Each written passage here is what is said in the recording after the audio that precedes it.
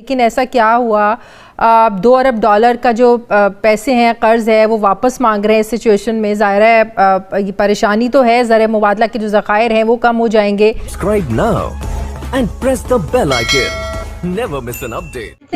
हमारे सऊदी अरब के साथ अच्छे बड़े ज़बरदस्त बरादराना ताल्लुकात हैं, लेकिन ऐसा क्या हुआ, 2 अरब डॉलर का जो पैसे हैं, कर्ज है, वो वापस मांग रहे हैं। इस सिचुएशन में ज़ाहिर है ये परेशानी तो है, ज़र मुबादला के जो ज़खायर हैं वो कम हो जाएंगे। कितना नुकसान होगा इससे आप समझते हैं मईशत को?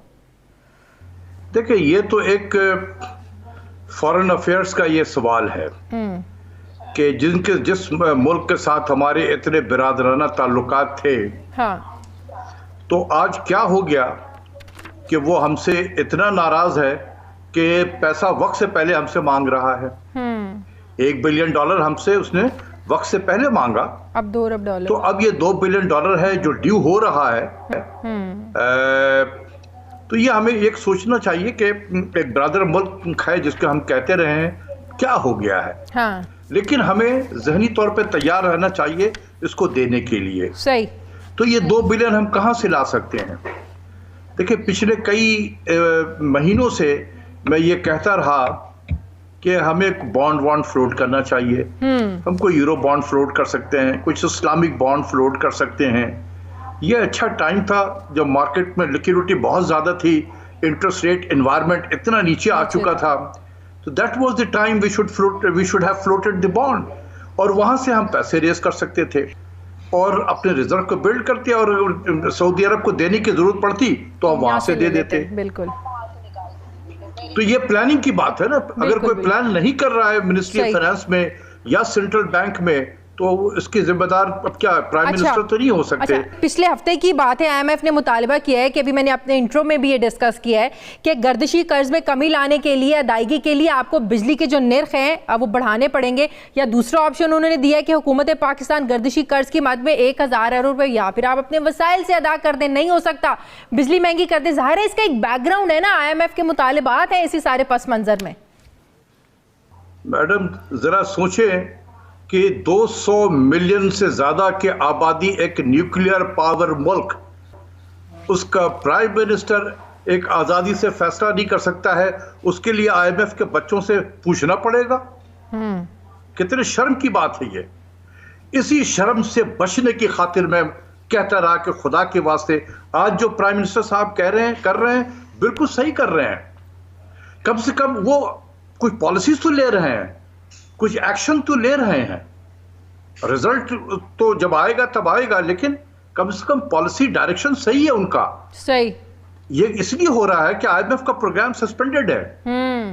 जिस दिन हम दोबारा IMF का प्रोग्राम को रिन्यू कराया, आप यकीन करें कि फिर हमारे हाथ पैर बंद जाएंगे और हमारे यहाँ वही हाराकारी होगा। सही। यही बात मैं पहले भी दिन से कह रहा था कि थोड़ी सी तकलीफ होगी, अपने घर को ठीक कर लो, learn to live without IMF। लेकिन प्राइम मिनिस्टर इर्द गिर्द 4-5 लोग ऐसे थे जिन्होंने घेर के प्राइम मिनिस्टर को वहां पहुंचाया। सही। विफाकी वज़रा के एतराफ़ और एक तरफ विफाकी हुकूमत के अपने ही इदारे शुमारियात के मुताबिक मौजूदा हुकूमत के दौर में औसतन महंगाई 8 साल की बुलंद तरीन सतह पर पहुँच गई है।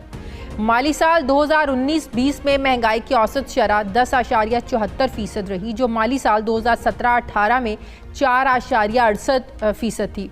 इदारा शुमारियात की एक रिपोर्ट के मुताबिक मौजूदा दौरे हुकूमत में बिजली 3 रुपये 85 पैसे फ़ी यूनिट और गैस की कीमतों में 334% तक इजाफा हुआ है। कीमतों में इजाफे का बिजली और गैस सार्फिन पर मजमूई तौर पर 550 अरब रुपए से ज़ायद का इजाफी बोझ डाला गया है। इसी तरह अगस्त 2018 में आटे के 20 किलो थैले की औसत कीमत 771 रुपए थी, जो बढ़कर 979 रुपए हो चुकी है, जबकि अगस्त 2018 में चीनी की औसत कीमत 55 रुपए फ़ी किलो थी, जो बढ़कर 101 रुपए फ़ी किलो पर पहुंच गई है। जबकि आज ही नेपरा ने बिजली की कीमत में 48 पैसे फ़ी यूनिट का इजाफा भी किया है। इन तमाम ज़मीनी हक़ाइक़ के बावजूद वज़ीर आज़म इमरान खान ये कहते हैं कि अपोजिशन महंगाई से मुतालिक हुकूमत के खिलाफ प्रोपेगेंडा कर रही है, मईशत ख़राब करने के जिम्मेदार अवाम को गुमराह कर रहे हैं।